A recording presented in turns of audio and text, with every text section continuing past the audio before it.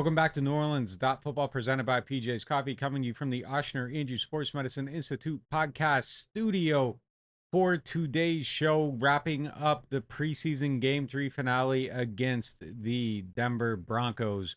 Got a big, huge quarterback decision looming, got roster cuts coming on Tuesday. There is a lot to get into. The season is now on the horizon, just a little bit more than 2 weeks away before they line up against the Arizona Cardinals. So going to be fascinating to see how everything rounds into shape for then. If you're looking to buy a new car, make sure you check out my guy, Matt Bowers, at one of his many locations. Matt will get you the best deal you can get on your new or pre-owned car. And if you're looking to celebrate your fandom beyond the field, Keesler Federal is proud to be the official credit union sponsor of your New Orleans Saints. They're a not-for-profit organization, meaning that their members always come first. They aren't trying to put money in their pocket and take money out of your account, fly in their account. They're just trying to put money in your account. So make sure you go check them out today. Open up an account and they will get you one step closer to making your dreams come true.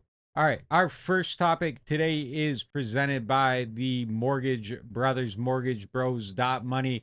Tell them that I know I've sent you. They will save you $500 on your closing costs for your next house.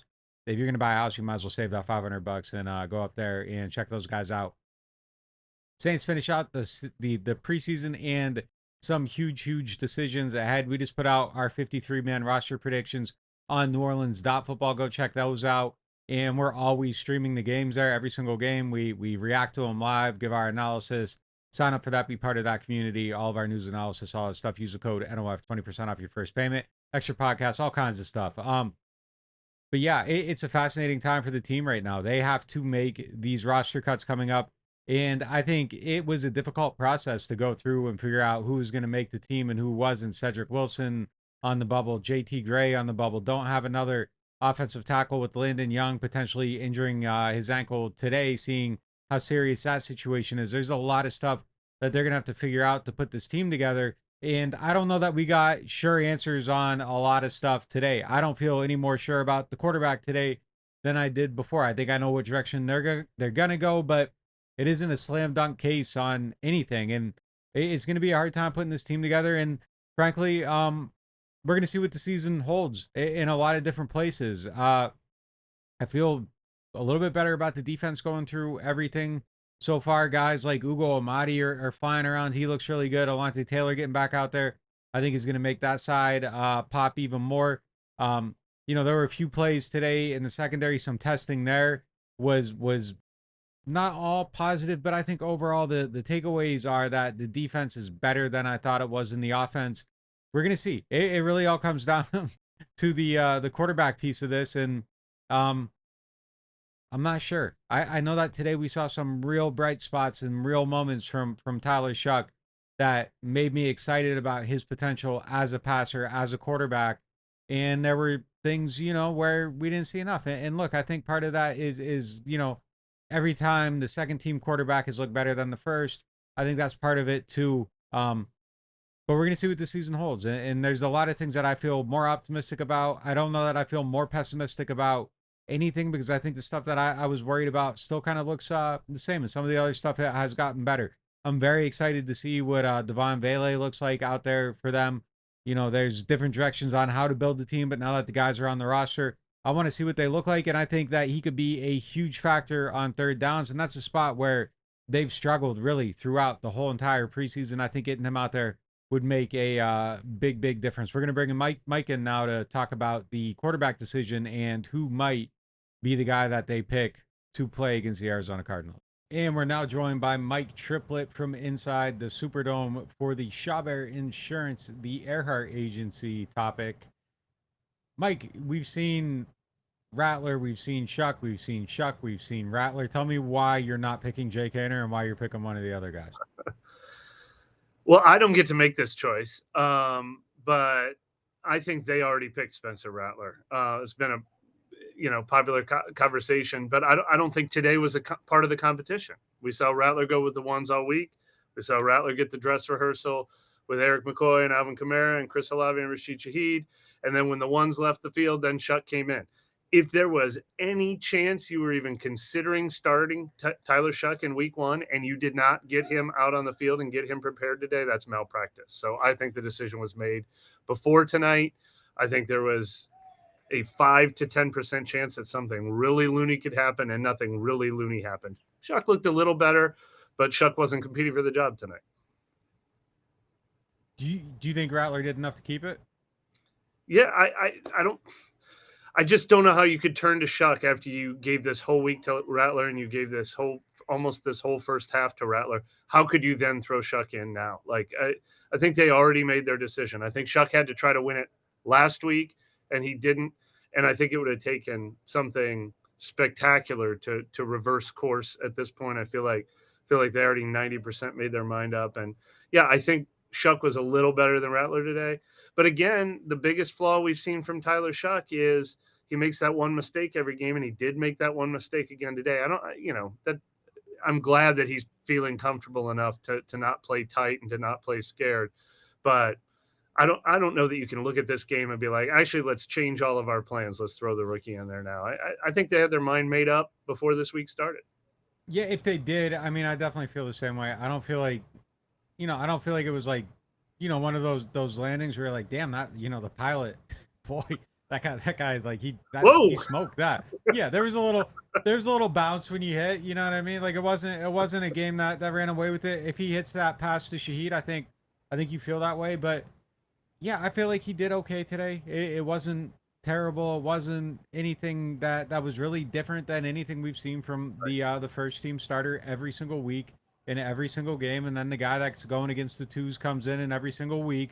We're like, that guy that went with the twos, like, boy, he looked a lot better. And it's like, well, yeah, that's because he's going against the twos. And I kind of feel like that was the same way that it played out today. It didn't change my feel of anything really.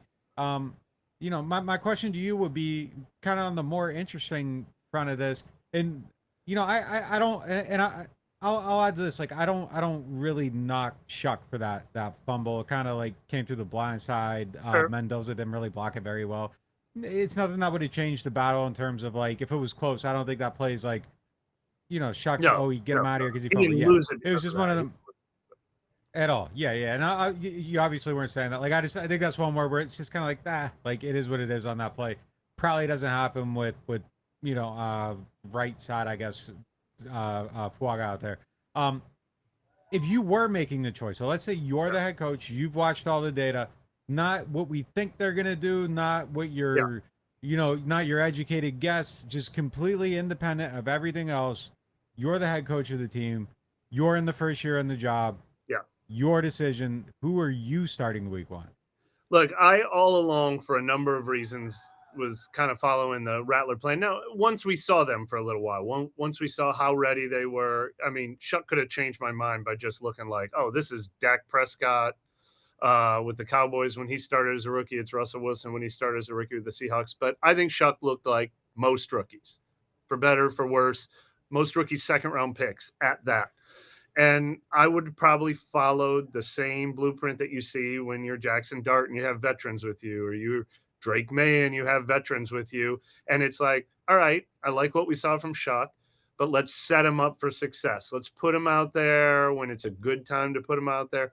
And I would have been probably a little intimidated to throw Tyler Shuck out there against this really tough schedule, have him possibly start 1-3, 0-4, then be like, oh, do we have to switch to Rattler now? Like all along, I just like the treat Rattler like he's Jacoby Brissett, treat Rattler like he's Brian Hoyer. We've talked about that a bunch. So I would have been leaning that way. The only way I would have gone with Shuck would have been, I'm ready to be all in with Tyler Shuck. I'm going to sink or swim with him. Even if he goes like 1-6, even if he has Peyton Manning's rookie year where they won in 15 or something that year, like this is Tyler Shuck's year. By the end of it, we're going to know what we have. He's going to be a good quarterback. If I was ready to do that, guess who would have started all 3 preseason games? I would have done that earlier. I wouldn't do it now.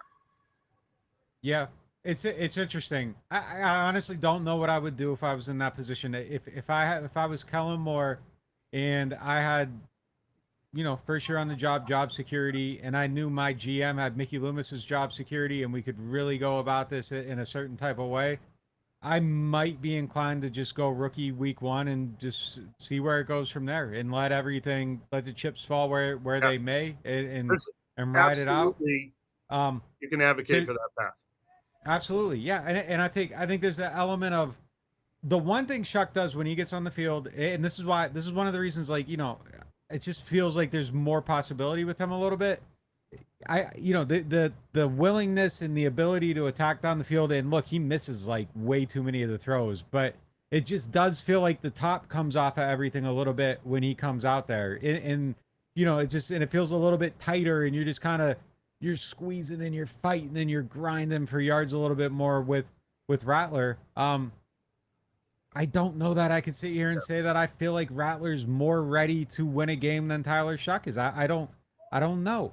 But I do think within the context of this of how it goes, I think they probably go to him. And I think it's probably with how they've played it and they've ran their process, I think it's probably the right decision. And I think there's probably an element of practicality of noise, pressure, all that stuff that goes into it too, where you put Rattler out there probably at the beginning, and it probably does benefit Shuck in the long term. Like Shuck, I thought had a great answer today about how he's not going to be bothered by the pressures and all that stuff. But like, I think there's a realism to that, and I think there's probably a lot of wisdom to maybe protecting him from some of that stuff early in the season. Give him a few more weeks to marinate and develop. But yeah, I don't know that I necessarily feel like one guy. It's not, I don't think it's a decision where like, man, this guy's gonna win him a bunch of games right away, and No, no, the not other guy won't. no, no. Spencer Rattler feels to me like when you decide to go with a Hoyer or a Brissett. I'm not going with Rattler because, man, I think we could start 3-1 and get on a playoff run. Like that's not the main thing driving my decision. It's a Shuck based decision. It's partly a Shuck based decision. I also think Rattler's earned it. I do think Rattler's had the better body of work. If it was strictly a just who won the competition, I think Rattler's done better. If you go with Shuck, it's because you're projecting what Shuck can do and you're starting to see signs of it. Rattler's done a little better, I think, but not like I'm gonna win more games with Rattler. That is maybe he gives you a slightly better chance of beating Arizona in week one. But no, I don't think there's a definitive, well, Rattler, you win more and Shuck, you don't. I don't think that's definitive at all. Continuing this conversation presented by RV Masters. If you need to get an RV built out, AC put in the vehicle, in your van, whatever you got to do, go check them out. They did our van. It's amazing work. It's so good that they had a fire alarm go off because there was a bus blowing gas next to us during our live stream. Um, yeah, like it's kind of interesting to me though. Like, I don't even necessarily know that I could say that like Rattler's done a lot better. I don't. I think No, if not a somebody, lot. I think if you sat here right now and said I thought Shuck had the better camp, I don't think I could have presented an argument the other way. Just like I don't know that I could present an argument flip the other direction. I kind of feel like this is more like Rattler starting is more about maybe Shuck just possibly being in a way better position 3 4 weeks from now if you give him a little bit more time to prepare for the regular season. And I think it's all about protecting him and building things out for him. Who ends up starting the most amount of games this season? Most amount is a fascinating way to put that. You should go work for Vegas because what did we say? I should call it up right now. Is the bye week 10? So you get 9 games before the bye week. I would think the most likely time when you would see a switch would be the bye week. So maybe Oh Rattler starts no. 9 and Rattler starts 8. Now, I'm just saying if you're Vegas, that is the most likely time when a team makes a switch. That's when you look at firing a head coach. That's when you look at switching a quarterback or whatever. But if Rattler's off to a really poor start and they're 1-4 or something, I think it could come a lot earlier. But there's a scenario where it's Rattler starts 9 and then Shuck starts the last 8. But yeah, I'm going to go with Shuck. I think at any point we've talked about how hard those first 4 games are. You're not going to give Tyler Shuck his first start in week 3 at Seattle or week 4 at Buffalo, I don't think. But I think anytime after that, it's fair game. Anytime Rattler is 0-4 or loses 2 in a row at any point, I think we see them make the switch. So, and then I think they ride out the rest of the season with Shuck whenever they make the switch. So I think Rattler would have to stay hovering around 500 to never give it up. What's your number? How many games? I used to say 4 all the time until you pointed out that it's the Giants at home in the Superdome in week 5, and they've got that good pass rush, and you made me hesitate to think that you just automatically do it week 5. But you know what? Coming home week 5, you're playing a Giants team that can be beaten, followed by a Patriots team that can be beaten. If you want to give Shuck a chance to get off and running and get off to a good start, I think that's the most likely. That would be my bet is week 5. Week 5, they make the switch. Yeah, I mean, look, I don't know that it's even really that easy though coming out of that. If you really look at it, like, yeah, Giants have an amazing pass rush, maybe the best pass rush in the league. That's going to be a problem. I'm pretty sure the Patriots have good defensive firepower in their building now. They got a defensive head coach. They're probably going to be able to do things to make things difficult on a rookie QB. Do you know DA's gonna, like, he puts those guys, like, he's gonna have a great plan to confuse him. The Bucks are gonna have a great plan. The Rams are gonna have a good plan. Like, there aren't a lot of cupcakes here for either one of these quarterbacks. No. Now, to your earlier, like, if depending on how it goes, unless Rattler proves he's your Tom Brady, Brock Purdy, whatever, your late round gem, man, if Shuck gets less than 10 games starting this year, like, I would hate it if you don't have a definitive answer with Rattler. Yeah. I would hate it. Like, just that was your reaction when I said the bye week. The bye week is actually week 11. I looked at it. You would think that's waiting too long. You want to do it. Yes. That my reaction to that was just like, oh God, like, no, it better not be under 10. Like, I think it probably, like, yeah, that makes a logical stopping point, and makes total sense to, like, point that out. The 2 games right before, they're at Rams, at Carolina, and then you get a bye week, then you come home. Like, I would think that's where Vegas would set it. That's what I was saying.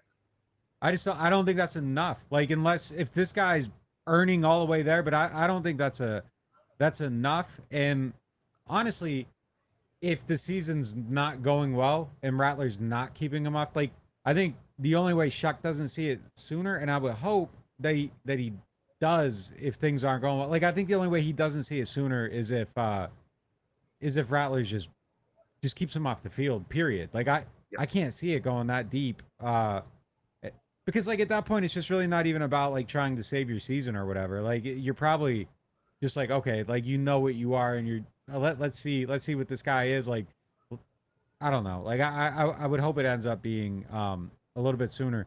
Very, very strange quarterback situation. Nobody's ever won a game. There's no veteran player here. There's really no roadmap for how any of this stuff looks. We'll see how it plays out. We're gonna hit a quick break. Will Levis's first start his rookie year when he finally replaced Tannehill. What do you think it was out of memory? Because he was picked like 40th. Same thing. I don't know, but Tannehill was in that building. What was their record? I have no idea. I can't remember. But he started in week 8 that year, right after the bye. They went through 6 weeks, had a bye, and then he started. So you got 10. So you got 10 games. Yeah. That's a good number. I mean, you got to know, like, there's just too many false positives with small sample sizes. All the time, like, someone comes in and, oh, this guy's lighting it up, and then it's like the 6th game he falls apart, 5th game he falls apart. Josh shot. Like, there's a ton of those in the league. Like, you just need a very robust sample size to know exactly what you're working with going into the future. That's all I want to see out of this season. Is just get to the end of it and you know exactly what you have with the guy you picked 40th. And frankly, I think there's, even though everybody wants to go to him right away, I think there's value in finding out exactly what you have in Rattler too. You might as well do it that way. I don't really see a downside to it. I think I think the season should really be about fact finding, and yeah, I'm totally cool with it if they go that way. I'm cool with it if they go the other direction. I just think it makes more sense if you're like, man, we might have to play both this season to start with Rattler. I just had a conversation with somebody who threw the what if Rattler is too good? What if Rattler is 5-6 or something like that? What if Rattler starts 2-2 during that tough schedule? I think the only way Rattler keeps this job is if he is like 8-9. Like, the only way he keeps the job all year, 8-9, 7-10. If Rattler is that good, you're not drafting Arch next year anyway, because you have the 12th pick in the draft or worse. Like, Rattler, it's like, if Rattler only wins 4 or 5 games, there will be a time to switch. If he wins 7 or 8 games, you've decided you're not drafting a quarterback next year because you're not in position to draft one. Yeah, great. If you win 7 or 8 games, great. Then you're drafting some guys to help them out, and you might have something. Great. Like, go ahead and do that. Yeah. If you can win 7 or 8 with this roster, like you're probably a But if really he's really good 4 and quarterback. 8, then there will be a chance to turn to Tyler Shaw. Yeah. All right, we're gonna hit a quick break, and we will be right back. The Ochsner Orthopedics Walk-In Clinic is now open. Located at 1201 South Clearview Parkway, across from the Elmwood Shopping Center, this clinic provides convenient same-day care for a variety of orthopedic and sports injuries. No referral or appointment needed. Whether you need care for strains, sprains, fractures, sports injuries, or muscular pain, the team of orthopedic specialists offers care for patients 5 and older. Open Monday through Friday from 8 a.m. to 8 p.m. and on Saturdays and Sundays from 10 a.m. to 8 p.m. Rouse's Markets is voted best grocery store in New Orleans, best grocery store in Baton Rouge, Mississippi, Gulf Coast, Thibodaux, Houma, Hammond, Lake Charles, Mobile, year after year. Thank you for choosing us best grocery store on the Gulf Coast. Number one. Thank you. Thank you. The number one grocery store In Mississippi, Alabama, Louisiana. 1 million customers a week can't be wrong. Welcome to Rouse's. For fans of saving money. For fans of big rewards. For fans of getting more for your money. There's Keesler Federal, the official credit union of the New Orleans Saints.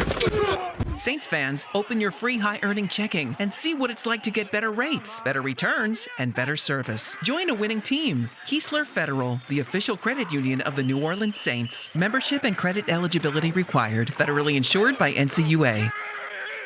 The NewOrleans.Football show is proudly presented by PJ's Coffee. PJ's Coffee has some of the best drinks that you can find. They have locations all over the city. They have pastries and everything else you need to get your day started. So go check them out. I don't play favorites with our sponsors on the show, but one of my favorites for sure is RV Masters. You guys have been watching our show lately and you've seen our awesome new van. That thing is decked out. And the best part about it is I took it up to RV Masters and I was like, this is what I want to do, but I had no idea how I wanted to do it or how to get it done. And they took care of it from start to finish, brought me out for updates, were giving me new ideas, and they made it exceed my wildest dreams. And they will do the same thing for you. RV Masters offers full service RV, motorhome, and travel trailer repair. They have preventative maintenance and service packages for your RVs, your AC, your generators. They specialize in solar and lithium upgrades, satellite TV, and Starlink. They'll take care of you if you get into a collision. Whatever you need, they got you. And I can speak from experience because they definitely had us on our new van. I cannot vouch for anyone more than I vouch for RV Masters. RV-Masters.com. Go check them out.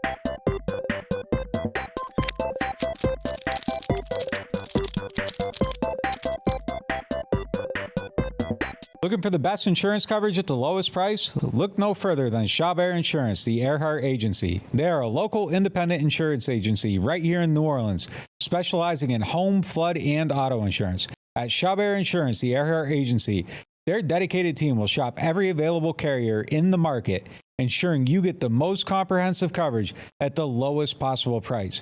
Why settle for less when you can have the best? Trust Chabert Insurance, the Earhart Agency, to protect what matters most to you. I do. I've been a client of theirs since 2021. Call them today at 504-326-6526 or visit them online at Protected by Chabert. That's 504-326-6526. Chabert Insurance, the Earhart Agency, your local insurance experts. Hard-Hide flavored whiskey, Ponchatoula strawberry, and Chilton County peaches in your favorite bars, stores, and restaurants. Hardhide Chilton County Peach Whiskey is a blend of aged wheat whiskey, light American whiskey, and fresh Chilton County peaches from Alabama's Durbin Family Farms. And Hardhide Strawberry Whiskey tells the story of a small town famous for strawberry farming. A delicious natural strawberry-infused 86-proof whiskey for whiskey lovers. Just look for the red and orange bottles in your favorite stores, bars, and restaurants. Welcome back to NewOrleans.Football. It is now time for our player of the game, presented by Hardhide Punchatoula Strawberry Whiskey and Chilton County Peach. Go check them out. Red bottle, orange bottle. They're in every store that you can go to. They'll get you right. So we could have won a lot of players with a lot of different players in the player of the game today, and we're going to talk about them in the 3 up and 3 down.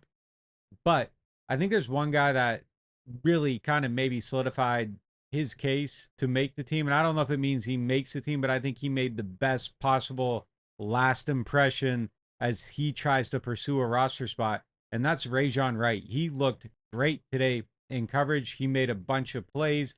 He forced an incompletion, just looked good in coverage overall. He gave up 3 catches, but it was only for 28 yards. And it looked like he put together a reel that you would want to put together on a day when your biggest competition, Rico Payton, did not play, and Payton missed the game due to a hamstring injury, going to be out a couple of weeks. They're looking to keep another cornerback. He could be firmly in that mix. It just really comes down to special teams and how you want to stack your roster in a bunch of different spots. But that is our player of the game today. I thought he stood out. I thought he had a pretty good camp, and I thought just that closing argument for him on a day where the other counsel wasn't on the field, I think he played really, really well. It's going to be fascinating to see what those decisions come down to, because, again, I think it's partially because of special teams and JT Gray, Rico Payton. There's different guys in that mix. DeMarco Jackson, special teams player. Different guys in that mix that could make it because of that aspect of the game. And where does Wright fit into that? To be determined. But I thought he played great today, and he made that case. Who else made a case today? Bringing in Kevin Washington now for 3 up, 3 down. All right, it is now time for 3 up and 3 down, presented by Bobby Hebert's Cajun Cannon Restaurant. Kevin, our player of the game was Rajon Wright, so he is already in the up and the down. Who is a guy you got up after Saturday's game? The 3-time winner for the preseason for me. I'm going with my guy Kendra again. I think that he's just been. I think Coach Moore said it best. He's been stable, right? He's the player that he's looking like the player that we expected to see him when he came out of college. So he just looks quick coming out the backfield. He's a hard runner. He's fast. He can do some things in the pass game, and so. You with him, and then we'll get into some other running backs, but you like to think maybe that's an area where they may be better than initially thought. So Kendra is definitely on my list. My number one guy on this list, and I feel like it might be a decent sign, just given current events and where things are at. Like Ugo Amadi just looked like a rocket out there today, all over the field, blitzing, making all kinds of plays. I don't know what happened at some point in camp. Like something happened. He just kind of hit the gas. I had him on my list. You stole my guy. You stole my guy. He just was all over the field. Like he had one play, he missed a sack on the blitz, right? And I was like, okay, he was running hot, and then he did that, and then he made another play down the field. So he made plays in coverage, he made plays in the box. So gotta show Amadi some love. He played well. I'm gonna give you another up, but I gotta put an asterisk next to it because you'll know why. I got a special team. I gotta give Groupie some credit, man. Like. Yep. It's like I think when he started kicking, I just kind of started going, this when I go and go get some water or go refill something. He just looks solid out there. And so, I don't usually put a lot of special teamers on my list, but I got to show Groupie some love, man. He played well. So I got him on the list. He's a kind of a little asterisk guy. Another guy I got on there is Gottschall. He just looks like a man in the middle of the defense. Just the play starts and the line of scrimmage stays where it is when he contacts the guy, and that's exactly what you want on a guy playing that position. So I watched some of the other DTs. I watched Boyd get like blown 3 yards off the line of scrimmage. So I just think there's a big gap between him and the next guy and what he does. But if he stays healthy, then you got to feel good about just at least that position on the defense down the middle. Yeah, that's a good pick. Both those guys, amazing camps. Groupie just incredibly solid, start to finish, all the way through camp. Never really felt like a point where it wavered or you opened the door or anything like that. And I think a lot of us were looking at Charlie Smith as, in his big leg and thinking maybe there could be a chance for a competition. Charlie kind of had a weird start to camp and eliminated any of that possibility, but Groupie would have never opened the door anyhow, even if Charlie showed up lights out. My next guy, I guess my last guy, well, I guess we got to go one more round on this on top of that. My next guy, I thought he made the team today with how he played, and I felt like a good performance was important for him. Devin Neal, he had been hurt, was out of sight, out of mind, didn't know if he was going to make the team or not, and he came out and just looked steady running the ball. I don't know that there were huge highlights or anything like that, but running behind that terrible, terrible second and third team offensive line, averaged 4 yards a carry and just kind of felt very, very steady and solid in that role. Diana Rossini had a report this week about them looking to want to upgrade the back end of their backfield. I don't disagree with that sentiment either, but I thought Devin Neal came out and did what he needed to do today to probably get a spot on the roster. Yeah, he was that's him and Amadi. You took both of my guys, right? I mean, I had him on the list too because it's our first exposure to him, in NFL, and usually when I see a guy, you just want to know if he looks right next to NFL players, right? That's the first thing, right? You just want to give like him the eye test, and I thought he passed it like clearly. I mean, he looks like he got some wiggle. And he looks quick in there, but decisive. He's patient too, which I really liked about it. I like his running style. So again, he was another guy I had on the list. I just thought he just looked solid, and I'm almost like glad they didn't get that trade done. I don't know if it was Robertson who got traded, but I'm just glad that maybe now with this showing from him, maybe they feel like they're a little bit set at that position. Because ideally, the two guys that you drafted in the last couple of years, that could be maybe your future at running back if things work out. So I like that pick. Someone else I'll put on here, and I always try to like put a non-traditional guy on here just because I think it's cool. But I put Pete Werner on there, and I was just watching him. I was like, man, I think he has like my favorite. Maybe Justin Reed. Maybe once I see him more, Sanker may end up being another guy on that list. But Werner's play personality is like what I want to see from a linebacker, right? Like he just throws his body around. He plays fast, like once he sees it. And I thought I saw a couple of times today where he just looked really decisive, right? He looked really decisive. He looked where he knew where he wanted to go. He caught a guy in the flat. I thought he tackled him really well. Closed on him really well. Good technique. So I just like what I saw from him. Hopefully he stays healthy because this defense looked like it may suit him. He looked fast out there.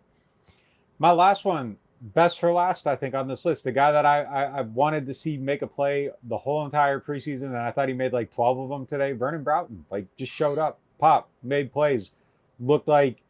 Coming into it, honestly, putting together the 53, I had like a rough outline of where I was going to go and left some spots open to move him around. And he's just someone, obviously, you're putting him in based on draft status.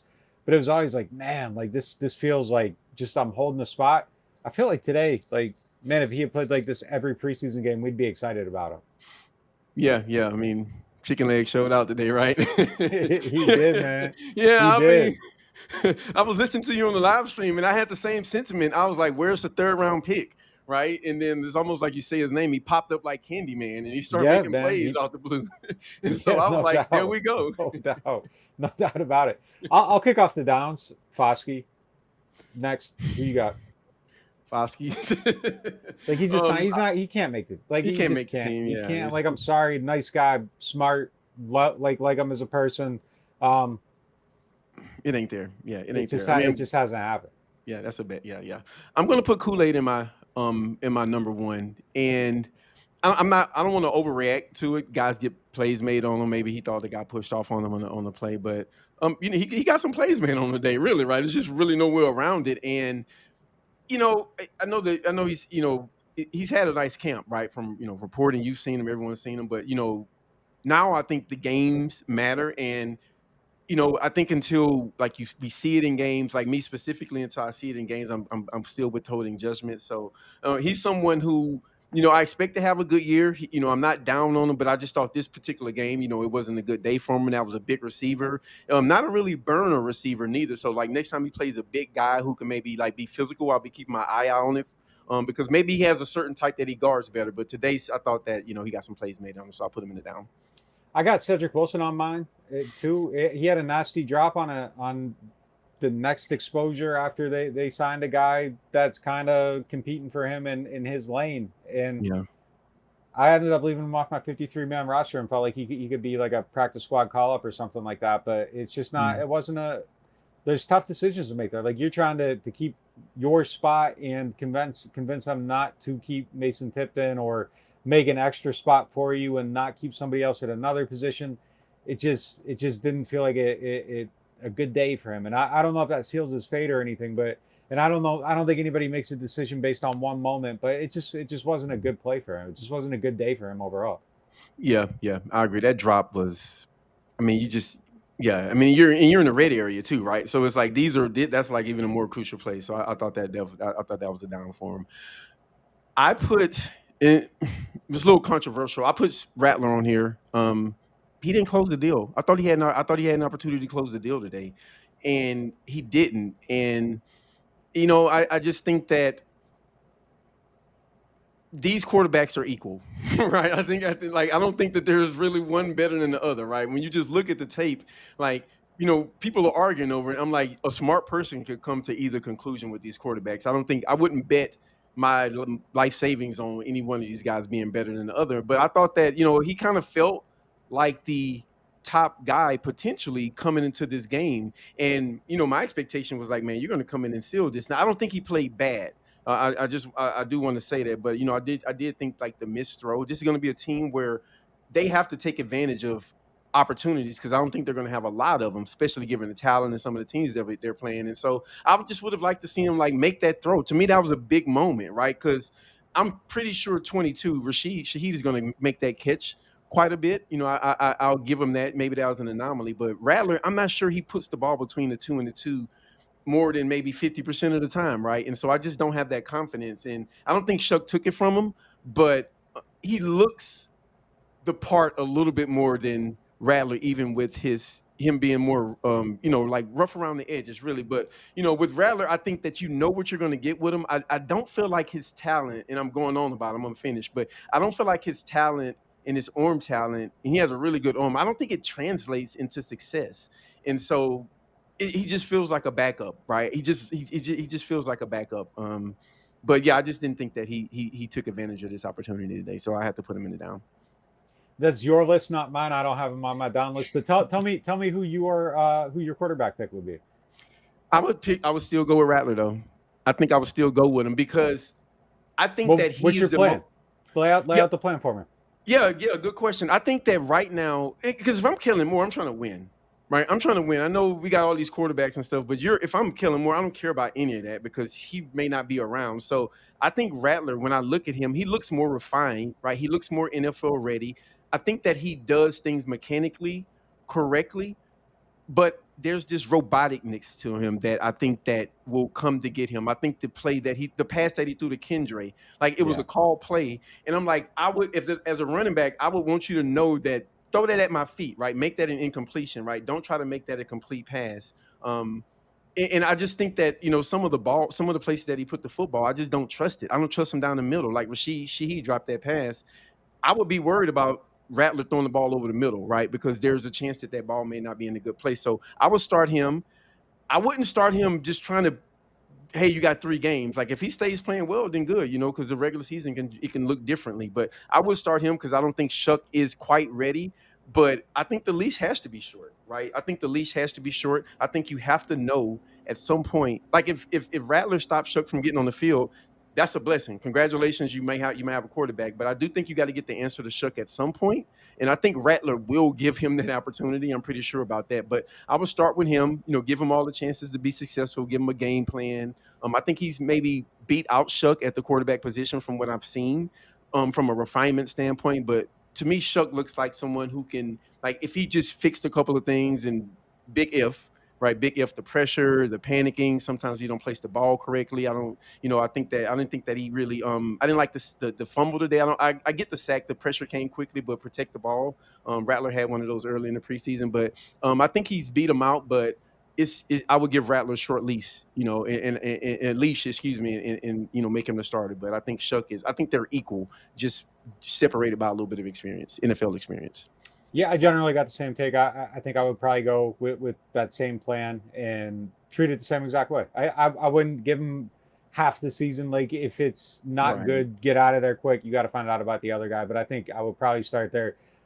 Maybe not even so much because I feel like Rattlers won the job, just because I feel like Shuck could benefit from just a little bit more time. And you got 2 weeks now, and if you wait until week 3, week 4, I mean, you're getting like another month of In the marination incubator.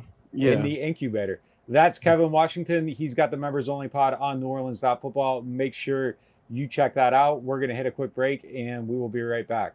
All right, and we will be joined now by John Hendricks for the hardest cuts on the team, presented by Aaron Rose. All right, we just did our 53-man rosters. Those are up on NewOrleans.Football. We won't spoil every single thing on there, but who was the number one, the last guy, the one that just made you go back and forth and just scratch your head and pull your hair over leaving him off the team or putting him on the team? I think Jalen Ford was probably one of the harder ones for me. Him, Fadil Diggs, I think those two were probably the hardest for me to figure out there. It's tough because their linebacker room is really loaded. And I was talking to Isaiah Stahlberg after the game and just talking about how much that they've grown as a unit and the camaraderie they have right there. And so everybody's kind of rooting for each other. But man, it's a good problem to have, but now you're running the risk of just kind of exposing some of this talent to some of these other teams and such. But it's really fascinating. It's crazy to think that we just got to this point after, they have a coaching change. Peter Sermon comes in and you got some of these guys are just unproven, but they've balled out. They've done a really good job. I think the hardest guy for me, and I went back and forth on him like 15 different times, and I ultimately ended up leaving him off. And I think I'm probably cheating with this answer, and I think you probably are too because you went the same exact way with it. Leaving Cedric Wilson off kind of bothered me. I don't want to not put him on the team, and I feel like he's probably going to be part of the equation. He just kind of felt like to me one of those guys that you can cut and say, hey man, like just stay in the hotel, don't go anywhere. We're gonna put you on the practice squad, and you're gonna be active week 1, 2. We'll figure it out later from there. You leaving him off, do you envision him like being around, or is that just move on and you're going with the other 5? No, I envision him being a part of it. I mean, it depends on how fast, how up to speed Devon Vele can get into this offense, right? I think that's a big thing for me. And so Cedric Wilson Jr., I mean, his most successful time was with Kellen Moore running in a slot with Dallas. And I think he's obviously got some really upside in that run support and such. So again, that was kind of one of the things that I look at too, is that, there are some cheating with some of these veterans. You can have up to 6 on the practice squad, 6 veterans, that is. And so I feel like he's one of the ones that you say, okay, just hang close, hang tight. We'll get you right back here. We're planning on using you in week 1. And so I think that's probably the right call for him. But it was tough leaving him off. For me, this isn't necessarily like a cut or a put on. I think the hardest thing for me putting this thing together happened during the middle of the game when Landon Young gets hurt, and then it's just like, what the hell are they going to do at tackle? And that's probably one where I think it probably comes from outside the building. If not, you do have, Penning's in a walking boot, so he's not going to be available. We've seen Radens do some of it. I think that's a spot where they absolutely probably have to add another guy. That felt like it looked bad with Landon Young. Maybe the news comes back good. I don't feel like I've seen it from Ezram. Barry Wesley is definitely not somebody that I want to put in the game right now. Do you feel like the guy's on the team, or are you is that a spot where you think maybe they're looking for somebody else? I mean, and Taliesin Fuanga's dealing with a minor thing, right? A knee. Yeah. So that's something to be concerned about. So I think their depth is a big deal here. And Landon Young, you felt pretty good about him. Obviously, with the ankle, that's never a good thing, getting carted off and such. But we'll have to see how that kind of plays out. But I'm with you. I think they have to go look at the waiver wire. They've got to start scouting some of these teams. And I mean, they've tried. I mean, they've lost Nick Saldiveri. They've lost Will Clapp. I mean, it's just like everybody's fallen to pieces these days. And so it's very unsettling for a team who's supposed to be built on this offensive line being their identity. And so now it's just one of those situations where I don't know what you do. I feel like they're the most snake-bitten team when it comes to these injuries at the offensive line. I just don't know for the life of me how this continues to happen. But Landon Young was a tough one because I don't know if they're going to put him on IR to start. It depends on the severity, how, what that kind of looks like. But again, it's another quandary on the roster when they form it. And it remains to be seen. Yeah, it feels like they could probably add like 4 or 5 guys like from other teams over the next couple of weeks and churn the bottom of that roster. I think we'll probably see an active waiver wire for the Saints after cut down day on Tuesday. Last thing. It's kind of interesting with the special teams maven. Like there's DeMarco Jackson, there's guys like Rico Payton, JT Gray feels like he had a very quiet and just like weird and silent training camp. Obviously, I think a benefit to JT Gray is that Phil Galliano's still around and he's seen it up close and in person and knows everything that he brings to the table. But like Jonas Sanker does some stuff there. Rico Payton's dealing with a hamstring injury, 2 to 3 weeks. He's out. We both went with JT Gray, but what's your confidence level on that? Like, was that a spot where you kind of wavered at all when you were putting your roster together? I think it was like a benefit of the doubt situation, right? And you're right. He has had a quiet camp and had some injuries. It's been a really bizarre one, if you will. And so as of right now, I feel like guys like Ike Yadam, Rajon Wright, Rico Payton, Jonas Sanker, those are guys that could probably do a lot more for your special teams at this point. I mean, I know JT Gray is an all-pro and all this other stuff, but again, that one, if he got cut, it wouldn't surprise me. And so, again, I know that he would have plenty of teams calling him. New Orleans, obviously, we want to bring him back. But, again, you look at this, the special teams makeup here. You got to go with speed, consistency, availability. And JT Gray, I don't know if he fits all those boxes. But, again, very respected player. Having that work with Phil Galliano, like you said, he knows what he can get out of him and such. But that was a tough one, leaving him on the roster for me. Yeah, and on a day where Rico Payton wasn't out there, Rajon Wright had a very good game today. Ended up earning Player of the Game honors from our sponsor Hardhide. So not an ideal scenario for Rico Payton. I think it's going to be really interesting for him. Very promising player. If he's not on the 53, I would guess he maybe finds his way to the practice squad. That's John Hendricks. You can read all of his work on NewOrleans.Football. We're going to hit a quick break here, and we'll be right back. Big news from the home team, introducing our newest sponsor, the Mortgage Brothers. With over 30 years of combined experience, the Mortgage Brothers are the quarterbacks of home lending, calling the right plays to get you across the goal line. Whether you're a first-time buyer or a seasoned vet, they'll coach you through every down and make sure you feel like part of the team. They're backed by Cross Country Mortgage, the #1 retail lender in the nation, so there's no loan playbook they can't run. FHA, VA, conventional, RD, and more. They're lifelong season ticket holders. Local guys who know the field and your market, and their online application takes less than 10 minutes. Why fumble your mortgage with some online lender who's never even watched your team play? Stick with the Mortgage Brothers, the trusted pros who play to win. Mention NOF and get $500 back in lender credit toward your closing costs.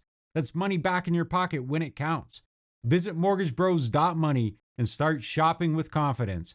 Because with Mortgage Brothers, it's always no flags, no fumbles, just smooth closings every single time. Slide into summer with New Orleans Hamburger and Seafood's new sliders. Get 2 each of cheeseburger, buffalo chicken, meatball, or chicken and waffles served with a side of garlic herb fries. Starting at $9.99 now at New Orleans Hamburger and Seafood Company. I got hurt in a car wreck.